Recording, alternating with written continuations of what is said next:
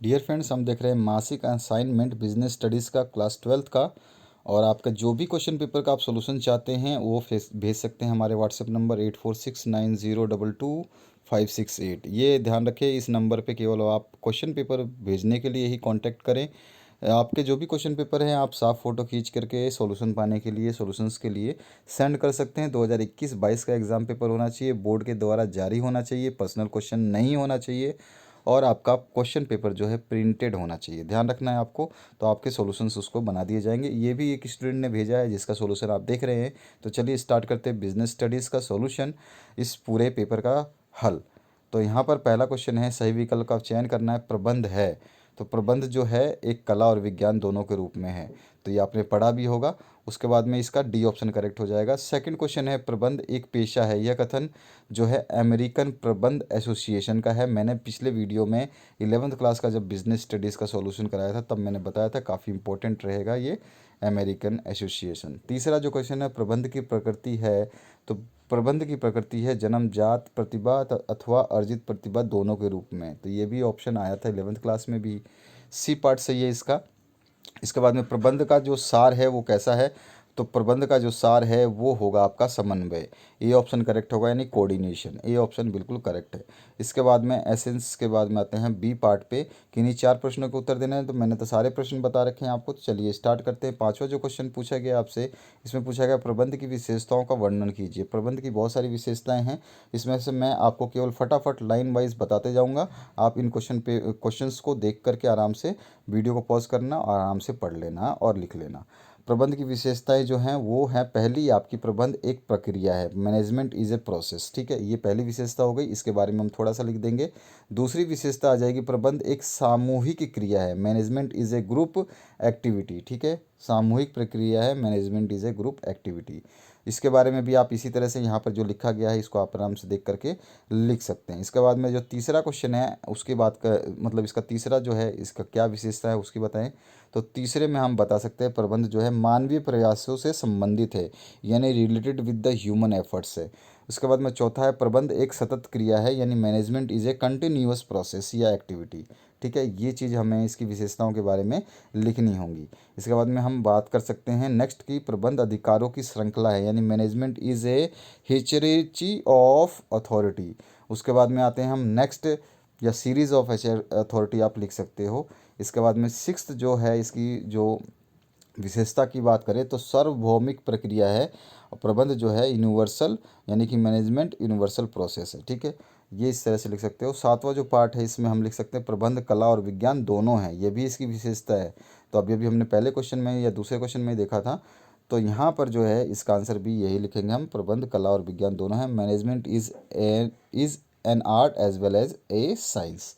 इसके बाद में जो नेक्स्ट क्वेश्चन है इसमें पूछा गया, प्रबंध के स्तर से आप क्या क्या अभिप्राय है, ये आपको बताना है। प्रबंध के स्तर के बारे में आप जानते हैं, प्रबंध का जो स्तर है से तात्पर्य किसी संस्था के प्रबंध पदों में आदेश निर्देश की व्यवस्था है। प्रबंध के स्तर पर प्रबंध के स्तर यह स्पष्ट करता है कि किसी अधिकारी की क्या स्थिति है, वो उसको कौन दिशा निर्देश देगा और कौन किसके आदेश प्राप्त करेगा, यानी कि हम बता सकते हैं। और प्रबंध फिर जो है आपके 3 तरह के होते हैं, कौन कौन से, उच्च स्तरीय प्रबंध जो टॉप लेवल मैनेजमेंट है, उसके बाद में मध्य स्तरीय प्रबंध जो मिडल लेवल मैनेजमेंट है, और उसके बाद में जो तीसरा आएगा आपका लो लेवल मैनेजमेंट, यानी कि निम्न स्तरीय प्रबंध। तो ये तीनों जो है प्रबंध के स्तर है, आपको ध्यान रखने हैं। 3 स्तर होते हैं प्रबंध के, आपको बड़े ध्यान से रखना है याद। ये क्वेश्चन आएगा, पूछा जाता है। एमसीक्यू भी बनेगा कि प्रबंध के कितने स्तर है, 3, 4, 5। तो ऐसे पूछा जा सकता है। बीच में से क्वेश्चन उठेंगे इस बार आपके अर्धवार्षिक में, आपके हाफ ईयरली जो हो रहे हैं वो एमसीक्यू रहेंगे। और वार्षिक परीक्षाओं में आपके सब्जेक्टिव क्वेश्चन इस तरह से आएंगे जो अभी आप देख रहे हैं। प्रबंध एक सार्वभौमिक क्रिया है, समझाना है आपको। तो प्रबंध को जो है सार्वभौमिक या सर्वव्यापी जो है माना जाता है। इसको मैंने पूरा का पूरा लिख दिया है, इसको क्यों माना जाता है ये पूरा का पूरा, जब आप ये पूरा पढ़ लेंगे तो आपको समझ में आ जाएगा। तो यहाँ पे उत्तर है इसका, आप देख सकते हैं। क्वेश्चन नंबर 9 की तरफ मूव करता हूँ मैं। क्वेश्चन नंबर 9 है, प्रबंध एक पेशा है, व्याख्या करनी है इसकी। तो विद्वानों के अनुसार प्रबंध एक पेशा है क्योंकि इसमें निम्नलिखित विशेषताएं विद्यमान हैं। तो हम बता सकते हैं क्या क्या विशेषताएं हैं प्रबंध एक पेशा के रूप में। तो यहाँ पे आप एक पॉइंट पे लिख सकते हैं, प्रबंध की विधि वैधानिक होती है। प्रबंध के कार्य करने एवं नेतृत्व प्रदान करने की निश्चित विधियां हैं। दूसरा है, प्रबंध का शिक्षण एवं प्रशिक्षण देने वाली मान्यता प्राप्त संस्थाओं की स्थापना की गई है। तीसरा है, प्रबंध ज्ञान का समूह है जिससे दूसरों को हस्तांतरित किया जा सकता है। और उसके बाद में नेक्स्ट यानी कि ट्रांसफ़र किया जा सकता है। और प्रबंध में भी अनुशासन पाया जाता है। पेशेवर प्रबंधक उन्हीं के आधार पर कार्य करते हैं। हर चीज़ का एक सिस्टम होता है। तो यहाँ पर ये हमने प्रबंध के बारे में बताया। इसके बाद में आते हैं हम, जो निम्न में से किन्हीं दो प्रश्नों के उत्तर जो है आपको देने हैं। तो इसमें पहला बताना है आपको, प्रबंध कला और विज्ञान दोनों हैं, तो इनको स्पष्ट करना है। ये कथन बहुत बड़ा है। प्रबंध जो है विज्ञान और कला दोनों है, ये निश्चित करने के लिए हम पहले अलग अलग पढ़ लेंगे। एक बार प्रबंध जो है कला के रूप में और एक बार प्रबंध जो है विज्ञान के रूप में। तो यहाँ पर जो है पहले आप प्रबंध को कला के रूप में समझाएंगे, इस तरह से पूरा लिखेंगे। उसके बाद प्रबंध जो है विज्ञान के रूप में इसके बारे में लिखेंगे।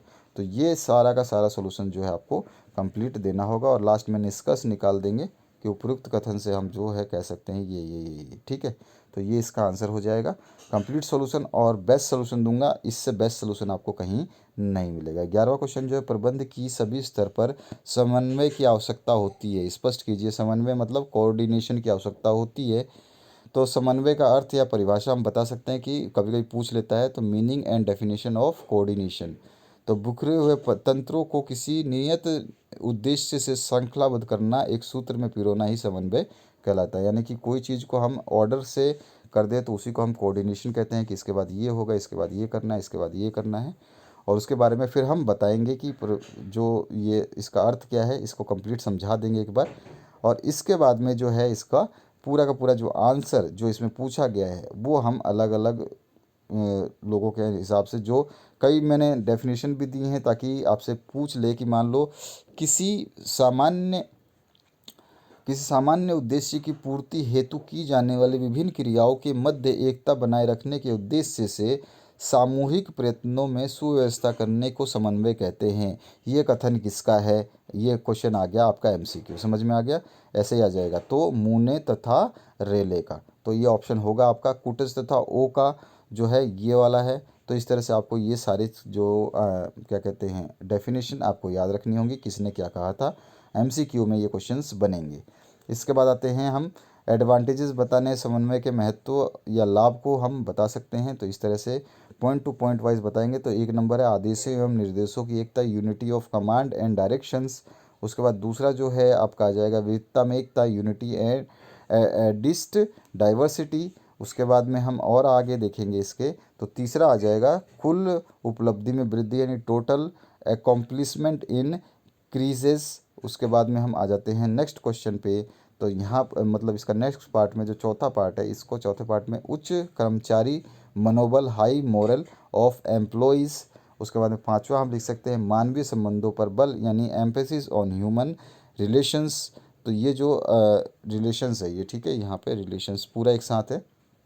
कहीं पे एक आधा टाइपिंग मिस्टेक हो जाए तो कोई दिक्कत नहीं है, लेकिन कोई मिस्टेक इतना हम नहीं देख मतलब नहीं करते हैं और ना ही करने देते हैं। तो ये आपको ध्यान रखना। पांचवा पार्ट में हम मानवीय संबंधों पर बल जो है हम लिख देंगे। इसके बाद में प्रबंध के कार्यों का वर्णन करना है। प्रबंध के बहुत सारे कार्य हैं, जिसमें आपका पहला कार्य आ जाता है प्लानिंग, यानी कि नियोजन करना। उसके बाद में दूसरा जो कार्य आ जाएगा वो संगठन, यानी कि ऑर्गेनाइजिंग करना। तो ये पहले नियोजन लिखेंगे आप, उसके बाद में ऑर्गेनाइजिंग लिखेंगे। प्रबंध का दूसरा कार्य है ये, दूसरे स्तर का। कभी कभी क्वेश्चन पूछा जाता है कि प्रबंध का दूसरे स्तर का क्या कार्य है, वहाँ पे ऑप्शन दे देगा तो आपसे पूछेगा कि कौन सा कार्य है, तो आपको पता होना चाहिए कि दूसरे स्तर का क्या कार्य है। उसके बाद में तीसरा जो स्तर का कार्य है वो है नियुक्तियाँ, यानी कि स्टाफिंग। तो प्रबंध का जो है प्राथमिक कार्य के बाद में ये तृतीयक कार्य है, यानी तीसरा कार्य क्या है, जो है नियुक्तियाँ करना, ठीक है। उसके बाद में चौथा कार्य जो है निर्देशन, यानी डायरेक्टिंग। तो प्रबंध का जो चौथा कार्य है वो क्या बोलोगे आप? डायरेक्टिंग, ठीक है। ये डायरेक्टिंग जो है आप इसका चौथा कार्य बोलेंगे। इसके बाद हम पूरा का पूरा सॉल्यूशन इसी तरह से लिखेंगे जैसा मैंने लिखा है। पूरे विस्तृत रूप से आपको समझाने की कोशिश की गई है ताकि आप कोई भी गलती ना कर पाएँ। अपने एग्ज़ाम से रिलेटेड सब कुछ आप पढ़ेंगे बड़े ध्यान से तो आपको हर चीज़ समझ में आ जाएगी, ठीक है। अब इसके बीच में भी आपके छोटे छोटे इसके सब पार्ट होते हैं, जिसमें सुपरविजन, कम्युनिकेशन और संप्रेषण जो है वो हो जाता है आपका, इससे 2 बार लिख दिया गया है तो इसमें से एक को मिटा देना और दूसरा वाला कोई भी लिख लेना, ठीक है। उसके बाद में थर्ड है नेतृत्व यानी लीडरशिप हो जाती है, अभिप्रेरण यानी मोटिवेशन हो जाता है। उसके बाद में पांचवा जो लास्ट आता है आपका नियंत्रण यानी कंट्रोलिंग, ठीक है। तो 5 इसके जो है मेन आपको करना होता है इसके कार्य, ठीक है। तो ये होता है प्रबंध का कार्य। तो यहाँ पर आप देख सकते हैं ये सारा सॉल्यूशन है, वीडियो को पॉज कर लेना आराम से, सारे आंसर्स को आपको लिखना होगा और इस तरह से कंप्लीट लिखना होगा, क्योंकि बिजनेस स्टडीज़ है, इसमें लेंदी चीज़ें बहुत सारी मिलेंगी आपको।